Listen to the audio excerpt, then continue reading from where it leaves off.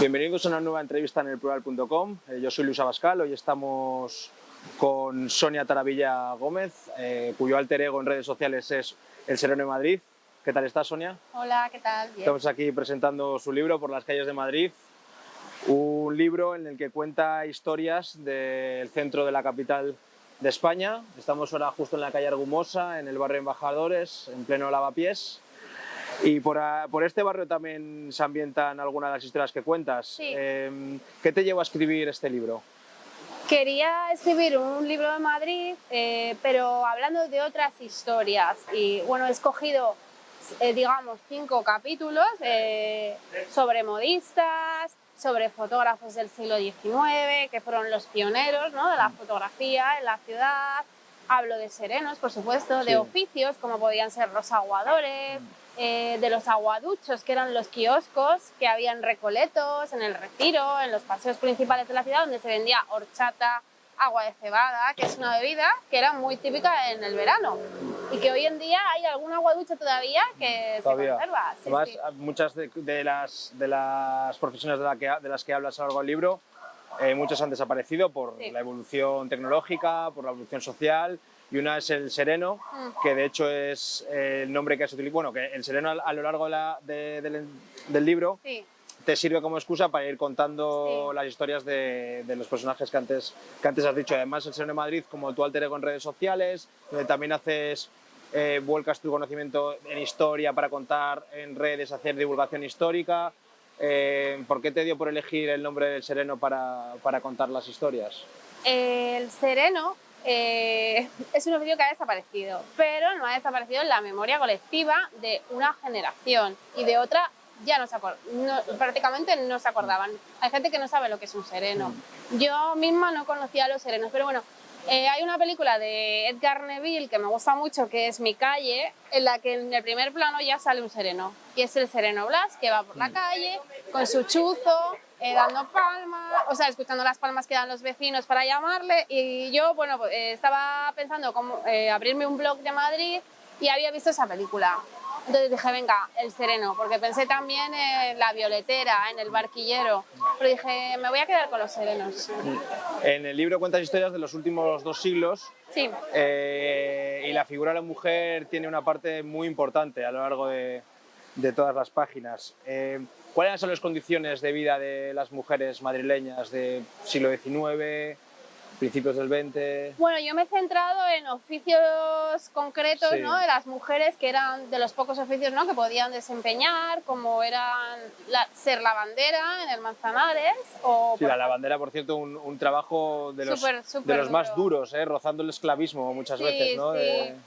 Arturo Barea, ¿no?, en La Forja, ¿no?, en el primero de los libros de la trilogía, cuenta muy bien ese trabajo que tenía su madre Leonor, ¿no?, en el Manzanares, como pues le salían heridas en las manos. Cuento en el libro también la historia de otra lavandera que estuvo hasta súper mayor lavando, porque es que no tenía otra manera. Estuvo toda su trayectoria vital lavando ropa todos los días en el Manzanares. Claro, sí. Hablo también de las modistas, que es un oficio que yo investigo aparte, ¿no?, porque hace unos años hice una exposición sobre las modistillas madrileñas. Y la modista era la titular, ¿no?, la que tenía el taller, pero de su cargo tenía oficiales y aprendizas, que eran estas alegres modistillas, ¿no?, estas jovencitas que trabajaban en los talleres y que tenían cierta independencia económica. Muchas de ellas lo dejaban, ¿no?, al casarse. Pero bueno, había figuras muy importantes de la moda en aquel entonces. Hay una figura bastante reconocida que cuenta su historia, que tiene una parada de metro que poca gente sabe por qué la tiene, que es Margarita Lacoma, ¿no? Sí, ella se llamaba Margarita González Lacoma, y este es uno de los personajes que yo investigo con especial atención. Hay datos que todavía no conozco, otros que no he plasmado en el libro, pero bueno, básicamente Margarita fue una mujer que abrió una casa de modas en los años 20 en la Gran Vía, y debió hacer mucho dinero, porque luego abrió una submarca y el nombre de la coma del metro es porque ella fundó una colonia junto a otra socia, Pilar Pudós, que se llama la colonia La Coma. Tiene mucho mérito en una España del siglo XIX que una mujer alcance esos niveles ya no solo de económicos, también bueno, de independencia, de todo, ¿no? Sí, bueno, Margarita ya estamos en el 20, pero sí que también había modistas en el 19. Hablo en el libro de modistas que trabajaban para Reina Isabel II. Sí. Hablo también ahí de alguna historieta que pasó con Isabel II. Ahora te iba a preguntar por ella. Sí, y bueno, es que yo trabajo en un lugar muy decimonónico y entonces las historias del 19 Sí. me gustan. Hablas de Isabel II, que tiene una historia con una modista, no creo que vaya a decir bien el nombre, Caroline Sí, Boissenin, ¿no? Sí, Madame, Sí. Carolina. La Bueno. cual lo pasó un poco mal porque los Borbones son Borbones. Bueno, es que en esos momentos tampoco es que estuviesen muy bien económicamente las arcas de la corona y bueno, tardaban en pagarla y a estas mujeres, las modistas, tenían una familia también y tenían Sí, claro. que comer, ¿no? Entonces aceptaban los encargos de la corona y la corona tardaba en pagar. Y en concreto a Madame Caroline, pues bueno, llegó un momento en que estaba en una situación... A punto de desahuciarla, ¿no? Sí, a punto, los acreedores le estaban reclamando, porque claro, ella había comprado género para surtir los vestidos de la corte, pero luego en la corte había el propio guardarropa real, o sea que Isabel II y otros monarcas no solo se vestían del guardarropa real, sino que hacían encargos externos. Luego cuentas también sobre una figura histórica del feminismo, que es Clara Campoamor, Sí. que ella fue modistilla. Sí, ella lo cuenta. Se lo cuenta a Josefina Carabias, a una periodista, a Josefina Carabias, en una entrevista para la revista Estampa, le cuenta que ella de joven fue modistilla, que trabajaba en un taller y que, bueno, que no tenía mucho dinero en su familia, ¿no? Y que ni siquiera se podía permitir pagarse el tranvía para ir al taller de la modista para la que ella trabajaba. Pero bueno, luego ya fue cambiando de oficio, sí. Fue dependienta, entró en telégrafos y al final, bueno, pues todos acabó sabemos. Siendo la figura que todos conocemos.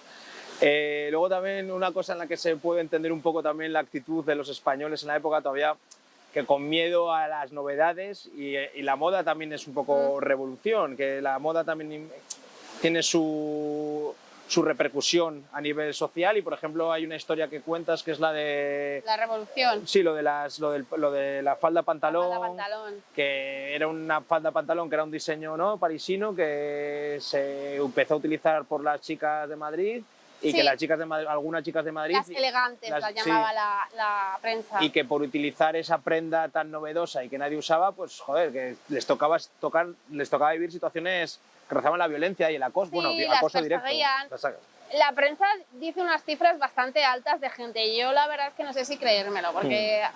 bueno, los Borbones siempre han sido Borbones y los periodistas siempre han sido periodistas. Pero que me refiero a que sí que se produjo esta revolución en las calles, que la gente no aceptaba la falda y tal, pero ya que persiguiesen hasta a dos señoras, 400 personas, me parece demasiado. Que las perseguían, ¿te imaginas seguro? La típica turba de los Simpsons, la gente con antorchas a por las chicas? Seguro, no, pero que se producían esas escenas porque además lo recoge la prensa y luego hubo una encuesta y todo a favor o en contra de la falda pantalón, sí, es verdad. y tal, o sea que esto sí que estaba ahí, pero yo creo que estaba un poco exagerada la cifra de gente que perseguía. Porque bueno, otras revueltas también del mercado de la cebada, ¿no? Bueno, cambiando no solo de moda, también... Hablo de las verduleras, también. Uno de los oficios era las verduleras y las verduleras fueron un colectivo muy reivindicativo también, porque les subían las tasas porque ellas vendían en la calle y entonces se rebelaban y montaron la revolución de las verduleras. Sí. Una de las más famosas era una mujer que se la conocía como la Sarasate, que fue recogida por la prensa. Pues tenía que ser una mujer de... Claro, joder, no sé si... con actitud. Claro, no era la única, había más, pero ella debía ser como el icono. Y relacionado con comida, antes teníamos a Clara Campoamor con el tema de la moda, relacionado un poco con la cocina, también hablas del mundo gastronómico y también una mujer históricamente también famosa por su importancia a la hora de defender los derechos de las mujeres, y su figura de escritora de las artes de las personas más importantes en las artes de la historia de España es Emilia Pardo Bazán. Sí, Emilia.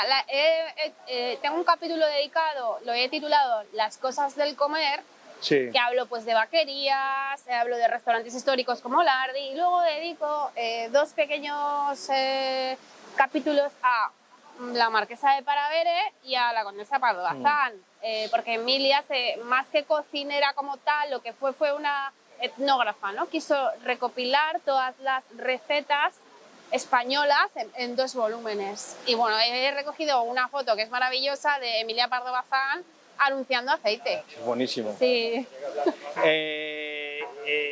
Y eso de anunciando aceite también, porque en otra parte del libro hablas también entre la llegada de la fotografía, ¿no? Sí. Y cómo algunos personajes también me recordó un poco a la cultura del selfie de Instagram de la época, de la gente que igual le ponían en la publicidad o lo utilizaban para los carteles y tal, se convertían un poco como en famosos, ¿no? Y a la gente le gustaba verse. Sí. O sea, que el ego ese... O sea, no hacía falta Instagram para el postureo, vamos. Claro, la fotografía empezó con los daguerrotipos, que es el primer procedimiento fotográfico. Pero luego se crearon las denominadas cartes de visita, tarjetas de visita, que eran en formato pequeño, que ibas a los estudios de los fotógrafos, te las hacían y te hacían varias copias. Cuando iba una personalidad famosa a hacerse una carte de visita, el fotógrafo se quedaba con el negativo. De esa manera, el fotógrafo vendía en su escaparate, colocaba a Isabel II, a, pues yo qué sé, a Verdi, que vino a Madrid a estrenar una ópera, a un literato, a todas las personalidades famosas. Y esto generó lo que se llama la cartomanía, que era el coleccionismo de cartes de visita en formato álbum. Y hoy en día tenemos muchas de esas fotografías por eso. Se conservan muchas cartes de visita en colecciones porque hubo toda esta moda, ¿no? Que era como tú ibas luego al salón de la condesa, de la marquesa, del marqués de turno, y te sacaban el álbum y te dedicabas a verlo como si hoy vemos el Ola, ¿no? Sí, claro. Quien lo vea. Claro. Antes hablabas que había vaquerías y es que parece raro, pero no hace tanto había vacas por el centro de Madrid, ¿no? Sí, muchas de ellas eran de cántabros. Sí. Hablo en concreto, que eso es un dato inédito, porque en el libro hay bastantes historias inéditas a las que he accedido gracias a que he contactado con familias que me han prestado fotografías o me han abierto espacios. Y lo que me abrieron fue una vaquería que se conserva en la calle Echegaray. Y se conserva intacta el interior del despacho de leche, porque lo que es el establo ya desapareció. ¿Y había vacas por Madrid? Sí, había vacas por Madrid. Sí, era normal. Sí. Y luego también has dicho Cantabria, otra profesión que era bastante esclava con la mujer, eran las amas de cría. Que explica lo que son las amas de cría para quien no conociera. Las amas de cría, yo hablo en concreto de las amas de cría pasiegas, porque es verdad que había amas de cría de otras... Que la abuela de mi abuelo lo fue. Claro, sería pasiega, sí. Claro. Desde Fernando VII se puso de moda que las nodrizas de palacio fuesen pasiegas. Bueno, porque se las consideraba que tenían muy buena salud. Había un médico real que iba allí y acreditaba que tenían muy buena salud. Eran mujeres que amamantaban a los hijos de otras. Claro, y a sus propios hijos les tenían que dejar fuera. Y pues imagínate el golpe psicológico para una mujer que tiene que abandonar a su propio hijo para irse a amamantar a los ricos. Vamos. Claro, me hubiese gustado tener el testimonio como de primera persona, ya iba a ser un poco complicado, pero haber accedido un poco a una historia más familiar. No, que de hecho también se iban a Granada, sí, ¿no? Hay una plaza Las Pasiegas, hay una plaza en Granada que se llama Las Pasiegas. Bueno, aquí venían a Madrid, algunas ya venían contratadas porque iban a la corte, ¿no? Esas eran las top, digamos. Pero otras venían y se anunciaban en los periódicos. Y en las plazas. En la plaza de Santa Cruz, al lado de la Plaza Mayor. Que también tenía como una imagen peyorativa, ¿no? Las trataban como que estaban como vendiendo su cuerpo, ¿no? Sí, bueno, ciertas personas. Sí, algunas personas, sí. Yo creo estaba bastante acostumbrada a la sociedad a tener amas de cría, ¿eh? Sí. Y luego otra cosa que te iba a decir antes y se me había olvidado es también como que a pesar de la situación en la que estaban, como que también se les daba como cierto estatus alto, ¿no? Como que Claro. las vestían bien, las daban Claro, joyas, sí, ¿no? había todo un aderezo para la nodriza, Sí. unos collares. Era como tratar bien es como tratar bien a tu Sí. esclavo en Roma, Cuando vamos. el niño, ¿cómo es el dicho? Cuando el infante saca un diente, al ama unos pendientes, ¿no? Bueno, en concreto sabemos que en Madrid había una tienda en la calle Mayor que vendía joyas para las amas de cría. Había un... Se las compraban collares y pendientes de coral o con monedas que ya no estaban en curso. Y al hermano de cría se le eximía de hacer la mili, también Sí, cuentas, ¿no? sí, por lo menos a los de De la a los de realeza. la realeza. Claro, si eres el hermano de leche de un príncipe... Y pues, luego les ayudaban, sí, claro. sí. Después de dejar de criar y que volvían a su lugar natal, ¿no? Pues la Vega de Paz, en este caso, que yo hablo de María Gómez, una de las nodrizas de la corona. Bueno, pues ellas luego seguían teniendo un contacto con la realeza, seguían viniendo a palacio y las escuchaban en cierto modo, porque bueno, ella pidió una carretera para Sí. que se comunicasen bien los valles pasiegos y la corona No, que al final, ayudó. oye, lo sacas, ¿no? Que menos, ¿no? Que rentabilizar lo que te hacen de alguna manera. Mm. Luego hay otra profesión que es bastante interesante, cuentas historias de las castañeras, ¿no? Ah, que bueno, sí. que todavía es de las sigue, pocos que todavía sí. se pueden ver, Esa ¿no? no ha desaparecido. Mm. Lo que pasa es que yo ya aprovecho y cuento la historia de Caridad Serradell, que fue la decana de las castañeras de Madrid.